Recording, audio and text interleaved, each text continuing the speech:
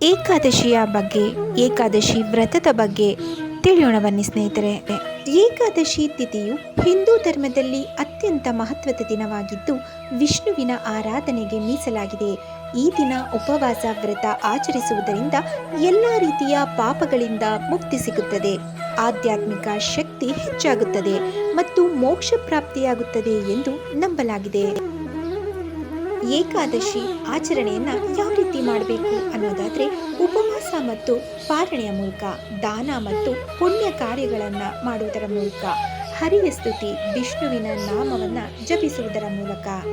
ಏಕಾದಶಿಯ ಮಹತ್ವವನ್ನು ತಿಳಿಯೋದಾದರೆ, ಈಗಿನ ಕಾಲದಲ್ಲಿ ದೇಹದ ಗಾತ್ರ ಕಡಿಮೆ ಮಾಡಲು, ಕೊಬ್ಬಿನಂಶ ಕಡಿಮೆ ಮಾಡಿಕೊಳ್ಳೋದಕ್ಕೆ ಅಂತ ಡಯಟಿಷಿಯನ್ಗಳ ಬಳಿ ಹೋಗಿ ಹಣ ಕೊಟ್ಟು ವಿಧ ವಿಧವಾದ ಆಹಾರೋಪಾಯ, ವ್ಯಾಯಾಮ, ವಿಹಾರಗಳನ್ನು ಈಗಿನ ಕಾಲದವರು ಮಾಡ್ತಿದ್ದಾರೆ. ಧಾರ್ಮಿಕವಾಗಿ ವಿವಿಧ ಧರ್ಮಗಳು ಉಪವಾಸದ ಕುರಿತಾದ ಆಚರಣೆಗಳ ಬಗ್ಗೆ ತಿಳಿ ಹೇಳಿದೆ ಎಂಬುದು ನಮಗೆ ತಿಳಿದಿರುವ ವಿಚಾರ.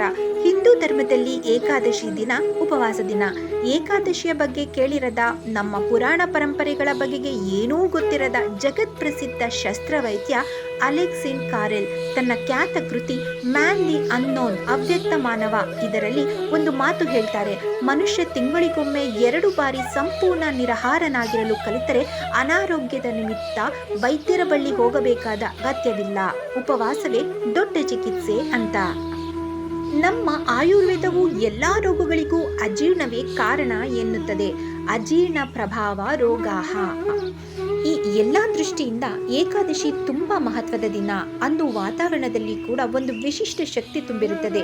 ಏಕಾದಶಿಯನ್ನು ಹರಿದಿನ ಎಂದು ಕರೆಯುತ್ತಾರೆ. ಅಂದು ವೈಷ್ಣವಿ ಶಕ್ತಿ ಜಾಗೃತವಾಗಿ ಕೆಲಸ ಮಾಡುತ್ತದೆ ಎನ್ನುವುದು ತಾತ್ಪರ್ಯ.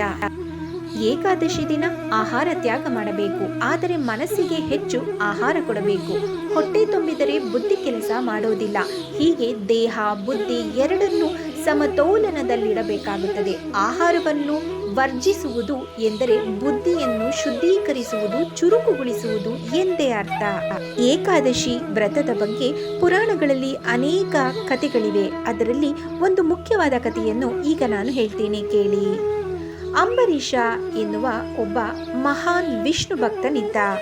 ಅವನು ಏಕಾದಶಿಯ ದಿನ ಶುದ್ಧನಾಗಿ ನಿರಾಹಾರ ತಿಂದಿದ್ದು, ದ್ವಾದಶಿ ಎಂದು ಬೆಳಿಗ್ಗೆ ಎದ್ದು ದೇವರ ಪೂಜೆ ಮಾಡಿ ತೀರ್ಥ ಸ್ವೀಕರಿಸಿ ಆಹಾರ ಸೇವಿಸುವುದು ಅವನ ದೀಕ್ಷೆಯಾಗಿತ್ತು. ಒಂದು ಏಕಾದಶಿಯಂದು ಅಂಬರೀಷ ಉಪವಾಸವನ್ನಾಚರಿಸಿ ಮರುದಿನ ಬೆಳಿಗ್ಗೆ ಎದ್ದು ಮುಹೂರ್ತ ದಾಟುವುದರ ಒಳಗೆ ಪಾರಣೆ ಮಾಡಬೇಕು ಎನ್ನುವಷ್ಟರಲ್ಲಿ ದೂರ್ವಾಸರು ಅತ್ತ ಬಂದರು. ಅಂಬರೀಷ ಅವರನ್ನು ಪಾರಣೆಗೆ ಆಹ್ವಾನಿಸಿದ. ದೂರ್ವಾಸರು ಮಹಾಕೋಪಿಷ್ಟ. ಸ್ವಲ್ಪ ಕಾದಿರು, ಸ್ನಾನ ಮಾಡಿ ಬರುತ್ತೇನೆ ಎಂದು ಹೊರಟು ಹೋದರು. ದೂರ್ವಾಸರು ಇವನ ವ್ರತನಿಷ್ಠೆಯನ್ನು ಪರೀಕ್ಷಿಸಲೆಂದೇ ಬಂದವರು. ಅವರ ಕೋಪವು ಒಂದು ಅನುಗ್ರಹವೇ. ಮಕ್ಕಳು ತಪ್ಪು ಮಾಡಿದಾಗ ದೊಡ್ಡವರು ಶಿಕ್ಷೆ ಕೊಡುವುದಿದೆ, ಅದು ಶಿಕ್ಷೆಯಲ್ಲ, ಶಿಕ್ಷಣ. ದೂರ್ವಾಸರದು ಹಾಗೆಯೇ. ಭಕ್ತರ ಶಿಕ್ಷಣಕ್ಕಾಗಿ ಅವರದೊಂದು ನಾಟಕ ಅಷ್ಟೇ.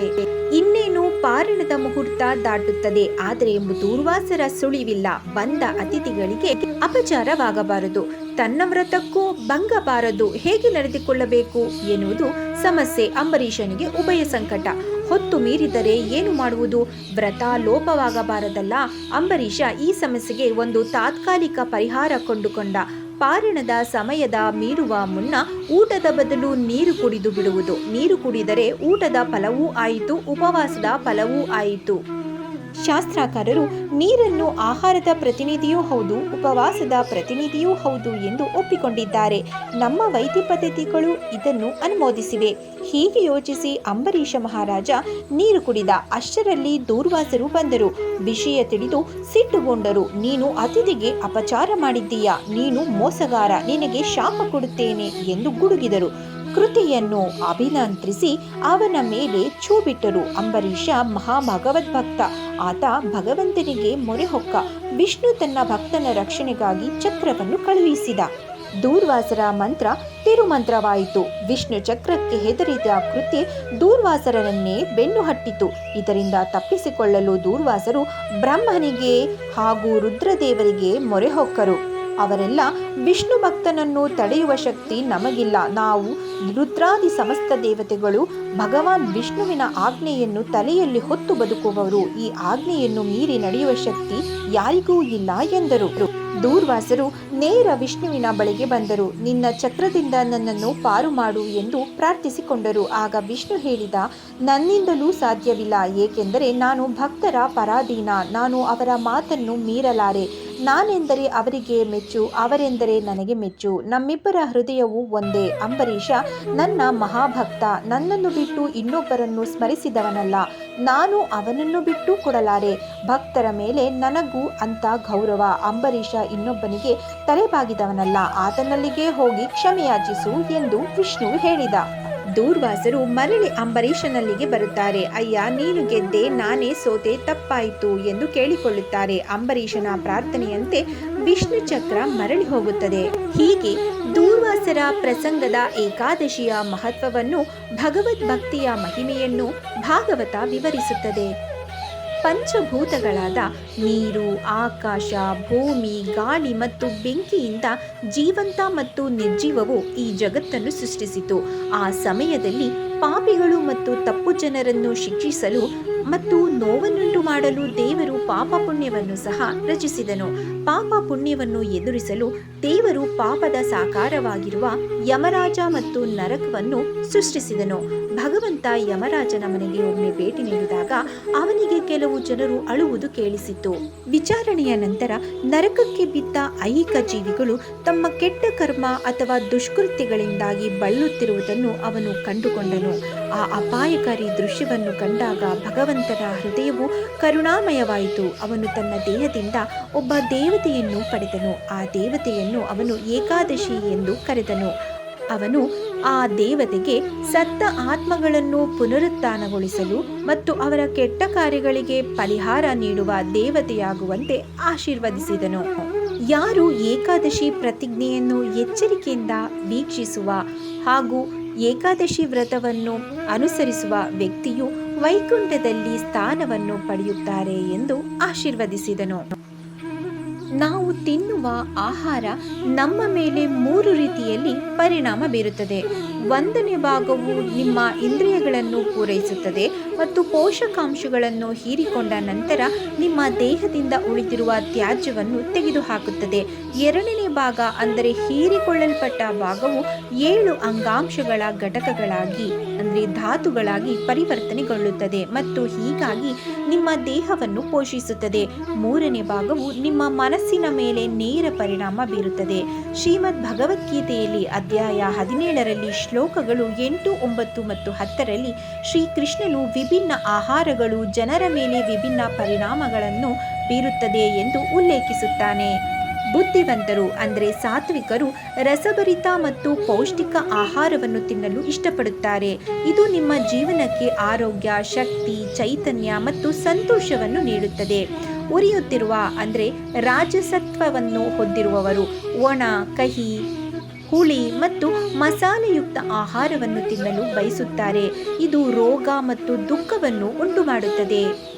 ಅಶುದ್ಧ, ಕೊಳೆತ ಆಹಾರವನ್ನು ಸೇವಿಸುವ ಅಜ್ಞಾನಿಗಳು ಅಂದರೆ ತಮಸ್ಸಿನ ಗುಣವುಳ್ಳವರು ಕತ್ತಲೆಯನ್ನು ಸೃಷ್ಟಿಸುತ್ತಾರೆ ಮತ್ತು ಅಜ್ಞಾನವನ್ನು ಉಂಟುಮಾಡುತ್ತಾರೆ. ಹೀಗಾಗಿ ಜನರು ತಮ್ಮ ದೇಹ ಮತ್ತು ಮನಸ್ಸನ್ನು ಅಂದರೆ 11ನೆಯ ಇಂದ್ರಿಯ ಶುದ್ಧೀಕರಿಸಲು ನೀರು ಮತ್ತು ಹಣ್ಣುಗಳನ್ನು ಒಳಗೊಂಡಿರುವ ಸಾತ್ವಿಕ ಆಹಾರವನ್ನು ತಿನ್ನಲು ಏಕಾದಶಿ ಎಂದು ಉಪವಾಸ ಮಾಡುತ್ತಾರೆ. ನಿಮ್ಮ ದೈನಂದಿನ ಜೀವನದಿಂದ ವಿಶ್ರಾಂತಿ ಮತ್ತು ಪುನರ್ಯೌವನಗೊಳಿಸಲು ವಿರಾಮ ಅತ್ಯಗತ್ಯವಿರುವಂತೆ ನಿಮ್ಮ ದೈಹಿಕ ವ್ಯವಸ್ಥೆಗೆ ಉಲ್ಲಾಸ, ಶುದ್ಧೀಕರಣ ಮತ್ತು ನಿರ್ವಿಷೀಕರಣಕ್ಕಾಗಿ ವಿರಾಮ ಬೇಕಾಗುತ್ತದೆ. ಪ್ರತಿ 15 ದಿನಗಳಿಗೊಮ್ಮೆ 1 ದಿನದಲ್ಲಿ ಅಂತಹ ವಿರಾಮವು ನಿಮ್ಮ ದೇಹವನ್ನು ವಿಷಮುಕ್ತಗೊಳಿಸುತ್ತದೆ ಮತ್ತು ನಿಮ್ಮ ವ್ಯವಸ್ಥೆಯನ್ನು ಸ್ವಚ್ಛಗೊಳಿಸುತ್ತದೆ. ವಿಜ್ಞಾನಿಗಳ ಪ್ರಕಾರ ಏಕಾದಶಿ ಶಿಸ್ತುಬದ್ಧ ಆಚರಣೆಯು ಕ್ಯಾನ್ಸರ್ನಂತಹ ಮಾರಕ ಕಾಯಿಲೆಗಳನ್ನು ಸಹ ತಡೆಯಬಹುದು ಎಂದು ಹೇಳಲಾಗಿದೆ. ಈ ಎಲ್ಲ ವಿಷಯಗಳ ಜೊತೆಗೆ ನೀವು ಏಕಾದಶಿಯಂದು ಹರಿಯ ಸ್ತುತಿಗಳನ್ನು ಹಾಡಬೇಕು, ಹರಿಯ ಹೆಸರನ್ನು ಜಪಿಸಬೇಕು ಮತ್ತು ಅವನ ರೂಪ ಮತ್ತು ಲೀಲೆಯ ಮೇಲೆ ಹೆಚ್ಚು ಗಮನವಿರಿಸಬೇಕು. ಇದರಿಂದ ಜನರು ತಮ್ಮ ಮನಸ್ಸು ಮತ್ತು ಇಂದ್ರಿಯಗಳನ್ನು ದೋಷದಿಂದ ಮುಕ್ತಗೊಳಿಸಿಕೊಳ್ಳುತ್ತಾರೆ. ತಮ್ಮ ಹೃದಯಗಳನ್ನು ಶುದ್ಧೀಕರಿಸುತ್ತಾರೆ ಮತ್ತು ಹರಿ ಅದರಲ್ಲಿ ಕುಳಿತುಕೊಳ್ಳಲು ಪರಿಪೂರ್ಣವಾಗಿಸುತ್ತಾರೆ. ನಂತರ ಅವರು ಪರೋಪಕಾರಿ ಹರಿಯ ಹೆಸರನ್ನು ಜಪಿಸುತ್ತಾರೆ ಮತ್ತು ಅವನ ಸುಂದರ ರೂಪದಿಂದ ತಮ್ಮನ್ನು ತಾವು ಅಲಂಕರಿಸಿಕೊಳ್ಳಲು ಸ್ವಾಗತಿಸುತ್ತಾರೆ. ಹರಿಯನ್ನು ಏಕಾದಶಿಯಂದು ಮಾತ್ರ ಆಚರಿಸಬೇಕೆಂದು ಯಾರೂ ಅರ್ಥೈಸಿಕೊಳ್ಳಬಾರದು. ಶ್ರೀಕೃಷ್ಣನ ಹೆಸರನ್ನು ಯಾವಾಗ ಬೇಕಾದರೂ ಜಪಿಸಬಹುದು. ಭಕ್ತರು ಯಾವಾಗ ಬೇಕಾದರೂ ಸ್ಮರಿಸಬಹುದು. ಸದಾ ಶ್ರೀಕೃಷ್ಣನ ಜಪವನ್ನು ಸ್ಮರಣೆಯನ್ನು ಮಾಡಬಹುದು. ಆದಾಗ್ಯೂ ಏಕಾದಶಿಯಂದು ಸಾಮಾನ್ಯಕ್ಕಿಂತ ಹೆಚ್ಚಿನ ಪ್ರಜ್ಞಾಪೂರ್ವಕ ಮತ್ತು ವಿಶೇಷ ಪ್ರಯತ್ನವನ್ನು ಮಾಡಬೇಕು. ಏಕಾದಶಿಯಂದು ಹರಿಯ ಲೀಲೆಯನ್ನು ಹೆಚ್ಚು ಆಚರಿಸುವುದರಿಂದ ಜನರ ಮನಸ್ಸು ಪ್ರಜ್ಞಾಪೂರ್ವಕವಾಗಿ ಹರಿಯ ಮೇಲೆ ಕೇಂದ್ರೀಕೃತವಾಗುತ್ತದೆ. ಇದರಿಂದ ಭಗವಾನ್ ಹರಿಯು ಸಂತೋಷ ಪಡುತ್ತಾನೆ. ಆದ್ದರಿಂದ ಮೇಲೆ ತಿಳಿಸಿದ ಎಲ್ಲ ವಿಷಯಗಳನ್ನು ಪರಿಗಣಿಸಿ ಏಕಾದಶಿ ವ್ರತ ಆಚರಣೆಯು ಆರೋಗ್ಯಕರ ದೇಹ ಮತ್ತು ಶುದ್ಧ ಪರಿಶುದ್ಧ ಮನಸ್ಸಿಗೆ ಹರಿಯ ಮೋಡಿಗೆ ಯೋಗ್ಯವಾಗುತ್ತದೆ. ಇದಿಷ್ಟು ಏಕಾದಶಿ ವ್ರತದ ಬಗೆಗಿನ ಸಂಕ್ಷಿಪ್ತ ಮಾಹಿತಿ. ನಿಮಗೆ ಈ ವಿಡಿಯೋ ಇಷ್ಟ ಆಗಿದ್ದಲ್ಲಿ ಇನ್ನಷ್ಟು ಹೆಚ್ಚಿನ ಮಾಹಿತಿಗಾಗಿ ನನ್ನ ಪೇಜನ್ನು ಫಾಲೋ ಮಾಡಿ. ಹರೇ ಕೃಷ್ಣ. ಓಂ ನಮೋ ಭಗವತೆ ವಾಸುದೇವಾಯ. ಕೃಷ್ಣಾಯ ವಾಸುದೇವಾಯ ಹರೇ ಪರಮಾತ್ಮನೆ ಪ್ರಣತ ಕ್ಲೇಶನಾಶಾಯ ಗೋವಿಂದಾಯ ನಮೋ ನಮಃ.